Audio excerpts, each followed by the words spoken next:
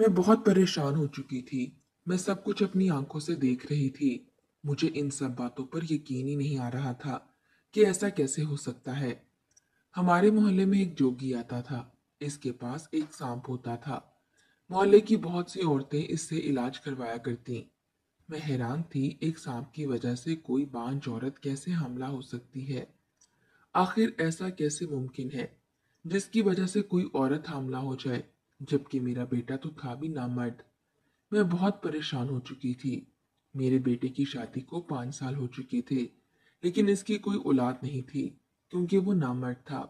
मैंने बहुत बार बहू से भी इस बारे में बात करके इसको समझाने की कोशिश की ताकि मेरे बेटे का इलाज हो जाए और इनको औलाद हो, लेकिन बहू हर बार रब की मर्जी कहकर टाल जाया करती थी और एकदम से बुखला जाया करती। मैं बहुत परेशान हो चुकी थी। अगर मेरे बेटे की औलाद ना हुई तो, अगर इसने इलाज ना करवाया तो, मुझे कभी कभार लगता था मेरा बेटा अपनी बीवी का पर्दा रखने के लिए ऐसा कहता है। एक दिन जोगी दोबारा हमारे मोहल्ले में आया तो मैंने देखा कि बहुत सी औरतें इसके इर्द गिर्द जमा हैं। इनमें से बेशतर औरतों को मैं जानती भी नहीं थी। मैं सोच रही थी कि आखिर कैसे एक सांप से कोई बांझ औरत हामला हो जाती है। मैं परेशान हो चुकी थी।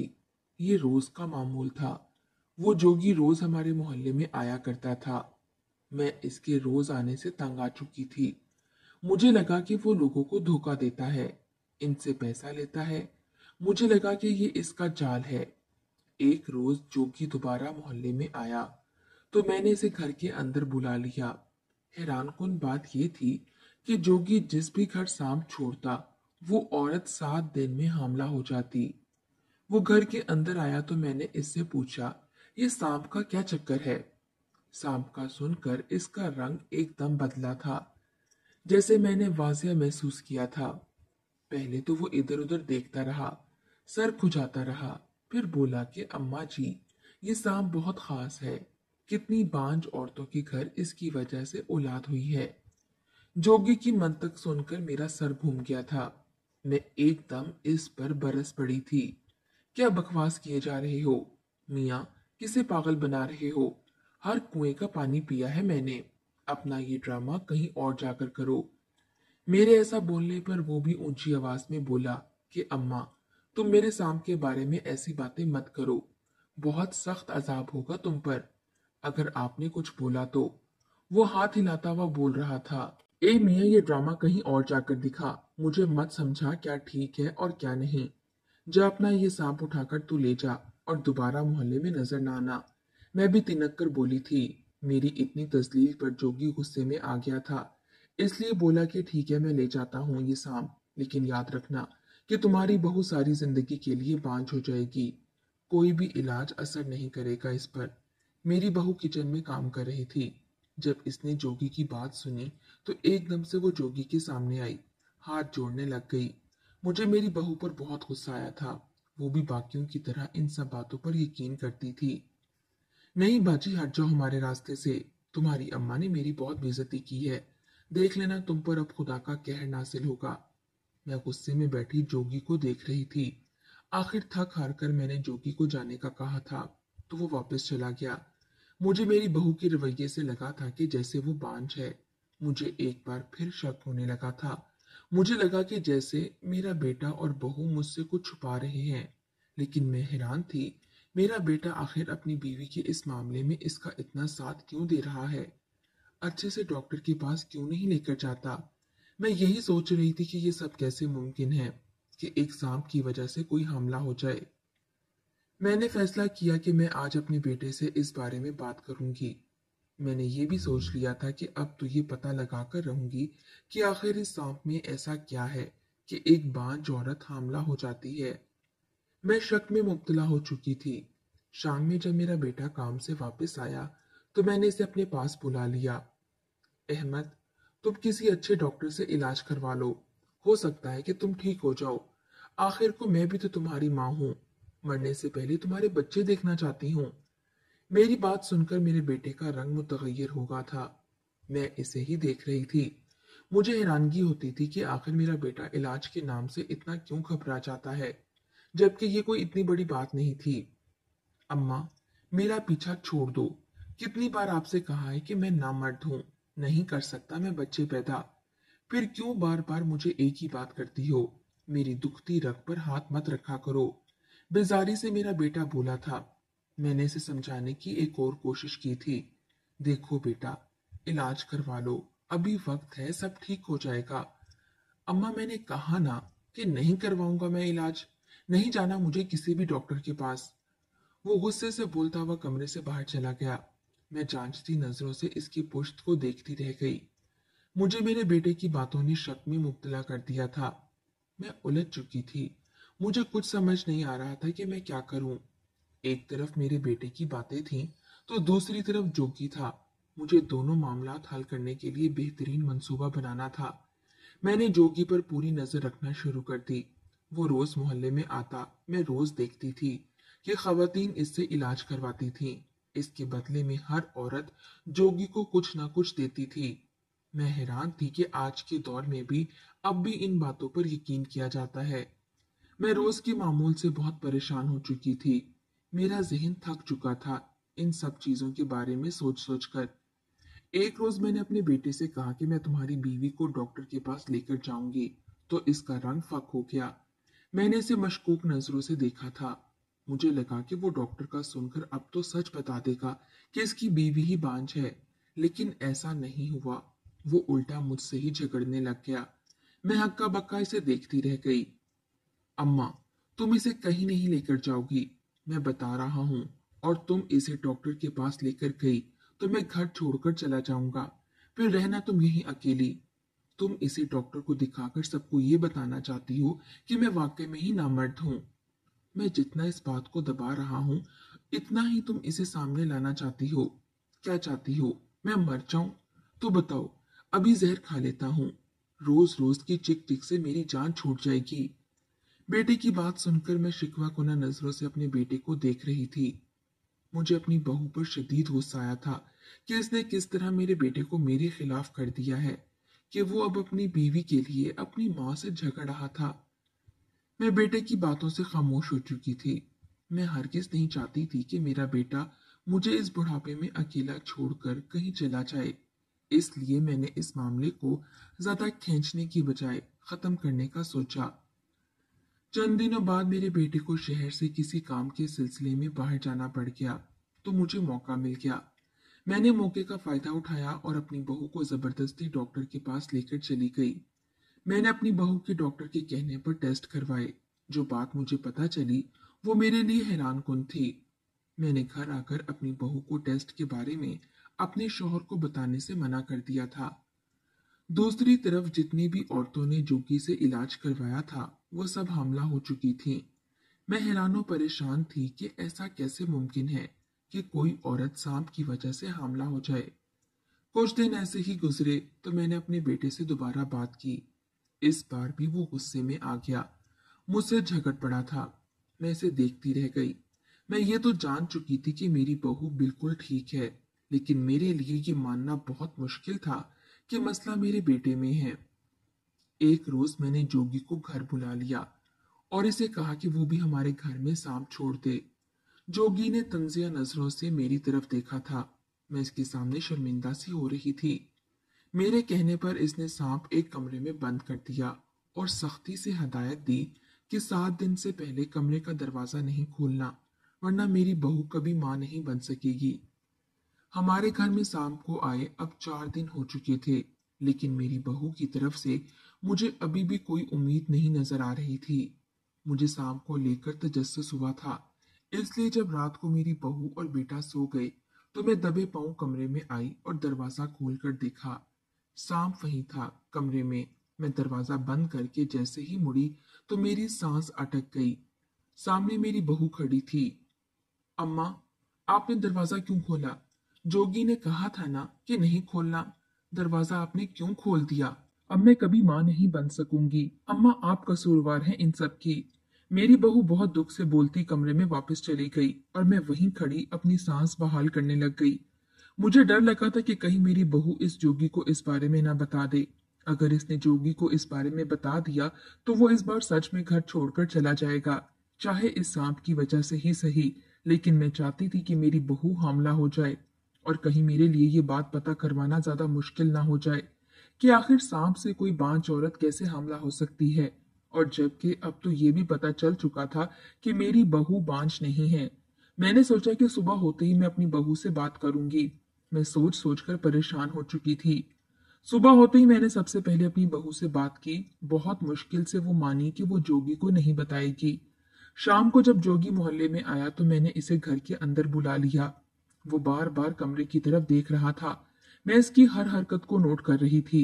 मैंने इसे जांचती नजरों से देखा और पूछा कि अब तक कितनी औरतों का इलाज कर चुके हो इस सांप से। तो वो खुश होकर बताने लग गया। बातों बातों में मैंने इससे इसके ठिकाने का पूछ लिया। थोड़ी देर बाद वो उठकर चला गया। मैं वहीं बैठी हर बात पर गौर कर रही थी। मैंने किचन में काम करती अपनी बहू को देखा। रात को सोचती सोचती कब मेरी आंख लग गई मुझे पता ही ना चला। रात का न जाने कौन सा पहर था। जब मेरी आंख खुली मुझे बाहर जूतों की आवाज आई। मैं डरती डरती उठी और बाहर आ गई। मैंने देखा कि जिस कमरे में सांप है वहां से रोशनी आ रही है। मैंने डरते डरते पूछा कौन है, तो कोई तेजी से बत्ती बंद करता खिड़की से कूद गया। मैं तेजी से कमरे की तरफ गई और दरवाजा खोलकर देखा तो वहां कोई भी नहीं था और खिड़की खुली हुई थी। मेरा शक अब यकीन में बदलने लग गया था। अगले रोज जोगी दोबारा मेरे घर आया और कमरे में जाने की जिद करने लग गया। इसका अंदाज बुखलाया हुआ था। इसके चेहरे का रंग उड़ा हुआ था। मैंने पूछा कि क्यों जाना है कमरे में, जबकि अभी तो मेरी बहू का इलाज भी पूरा नहीं हुआ। तो वो मजीद बुखला गया था। इसकी जबान में लड़खड़ाहट मैंने वाजिया महसूस की थी। मुझे शक हुआ कि रात को जो आवाजें मैंने सुनी थी वो जोगी की थीं। बहरहाल जोगी कमरे में चला गया और 10 मिनट बाद वापस आया। जब जोगी वापस आया तो इसके चेहरे पर इत्मीनान था। मैंने गर्दन उठाकर कमरे की तरफ देखा, लेकिन दरवाजा पूरा बंद था। जोगी के चेहरे का इत्मीनान देखकर मुझे गड़बड़ का एहसास हुआ था। एक दिन मैंने देखा कि मेरी बहू अपने दुपट्टे में कुछ छुपाए किचन में जा रही है। मैं परेशान हो गई कि वो आखिर करना क्या चाहती है। मैंने चुपके से देखने की कोशिश की, लेकिन मुझे कुछ नजर नहीं आया। जब मैंने अपनी बहू से इस चीज के बारे में पूछा तो वो बुखला गई थी और टाल मटोल से काम लेने लगी। इसके चेहरे का रंग एकदम जर्द हो जाता। कुछ भी तो नहीं अम्मा, वो तो इनके सर में दर्द था, इसलिए दवा लेकर गई हूँ। मुझे अपनी बहू की बात पर यकीन नहीं हुआ। मुझे लगा कि मेरी बहू कुछ गलत कर रही है, लिहाजा मैंने इस पर भी नजर रखना शुरू कर दी। वो रोज मेरे बेटे के दूध में कुछ मिलाती थी। मुझे डर था कि कहीं मेरे बेटे को कुछ हो ही ना जाए। मैं बहुत परेशान हो चुकी थी। मैं हर वक्त अपने बेटे के लिए दुआ करती रहती थी। 7 दिन पूरे हुए तो जोगी आकर सांप ले गया। वो हर महीने की आखिरी तारीख से पहले आ जाता। एक दिन के लिए दोबारा सांप छोड़ गया। इसके बाद बहू का चेकअप करवाया तो मेरी बहू का हमल ठहर गया था। मैं बहुत खुश थी कि ये बात अभी तक बेटे को पता नहीं थी। मेरी बहू भी खुश थी। मैं इस बात से बड़ी हैरान हुई थी। ये सुनकर शाम को जब जोगी अपना सांप लेने आया तो मैंने इसे कहा कि मुझे सांप का राज बताए, लेकिन इसने मुझे कुछ ना बताया और चला गया। मैं समझ गई कि वो ऐसे नहीं बताएगा। जब मैंने बेटे को बाप बनने की खबर सुनाई तो वो आपे से बाहर हो गया और अपनी बीवी को घूरने लग गया था। वो शायद मेरी बहू पर शक कर रहा था क्योंकि वो तो ना मर्द था, इसलिए इसका ये शक भी जायज था। बहू तो घर से एक बार भी बाहर ना निकली थी। गलत करना तो दूर की बात थी। लेकिन मैं अपने बेटे की हरकत पर बहुत हैरान थी कि कैसा अजीब मर्द है जो औलाद के होने पर नाशुक्री कर रहा है, जबकि लोग तो औलाद ना होने की वजह से तरस जाते हैं, रोते हैं, दुआएं मांगते हैं। और एक वो है जो शादी के इतने अरसे बाद औलाद होने पर खुश होने की बजाय यूं ऐसे बिहेव कर रहा था। मुझे इसकी हरकत पर बहुत अफसोस हुआ। यूं ही दिन गुजरते गए और जोगी मोहल्ले में दोबारा नहीं आया। मैंने इसका इंतजार भी किया। मैं चाहती थी कि मैं इसके ठिकाने पर जाऊं, लेकिन मैं हरगिज नहीं चाहती थी कि मेरी बहू को मुझ पर शक हो। इस दौरान मेरी बहू ने भी अजीब हरकतें करना बंद कर दी। मैं पुरसकून हो चुकी थी। मेरी बहू को औलाद की खुशी नसीब होने वाली थी, लेकिन जब से मेरे बेटे को बच्चे की खबर मिली थी वो तब से बहुत खिंचा खिंचा सा रहने लगा था। हर छोटी सी बात पर गुस्सा करने लग जाया करता। रात को देर से घर आता था। इधर मेरा भी तजस्सुस दिन ब दिन बढ़ता ही चला जा रहा था। मैंने जोगी का बहुत इंतजार किया। एक दिन जोगी हमारे मोहल्ले में आया तो मैंने इसे अंदर बुला लिया। उस वक्त मेरी बहू बाहर गई हुई थी। मैंने जोगी को बहुत सारे पैसे दिए और कहा, सच जानने के बाद और भी दूंगी, और ये सच किसी को बताऊंगी भी नहीं। जब इससे सांप का राज पूछा तो जो इसने बताया वो सुनकर मेरे रोंगटे खड़े हो गए। मैं शशतर से इसकी बातें सुन रही थी। मुझे मेरे कानों पर यकीन नहीं आ रहा था। मैं यही सोच रही थी कि मेरी बहू ने ऐसा क्यों किया, और मेरा बेटा। मुझे इससे ये उम्मीद नहीं थी। मैंने सोच लिया था कि अब मैं अपने बेटे और बहू के मुंह से सब सच सुनकर ही रहूंगी। शाम में जब मेरी बहू और बेटा घर आए तो मैंने अपनी बहू से झगड़ा करना शुरू कर दिया। बोलो किसका बच्चा है ये? बोलो तुमने हमें क्यों धोखा दिया? मेरे बेटे को धोखा दिया। मैं चीख रही थी और मेरा बेटा और बहू दोनों आंखें फाड़े मुझे देख रहे थे। मैंने आगे होकर बहू के चेहरे पर जोरदार तमाचा रसीद किया। मुझे बहुत गुस्सा आ रहा था। मेरी बहू अपने गाल पर हाथ रखकर हक्का बक्का मुझे देख रही थी। किसका बच्चा है ये? बोल, कौन सी चीज तू मेरे बेटे को दूध में मिलाकर देती थी? इसलिए देती थी ना कि तुम अपना काम आराम से कर लो। बोलो, जवाब दो मुझे। मेरा बेटा भी अपनी बीवी को हैरानगी से देख रहा था और वो खुद भी समझ नहीं पा रहा था कि इसकी बीवी ने ऐसा क्यों किया। हाँ, देती थी मैं नशे की गोलियां दूध में मिलाकर, ताकि इन्हें किसी भी चीज का होश ना रहे। मैं बच्चा चाहती थी, लेकिन आपका बेटा बच्चों से नफरत करता था।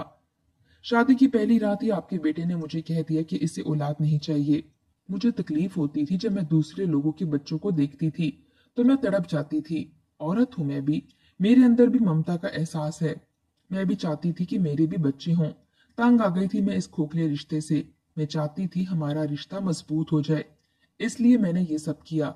आपका बेटा बिल्कुल ठीक है, कोई नामर्द नहीं है। सिर्फ बच्चा ना हो इसलिए झूठ बोलता रहा।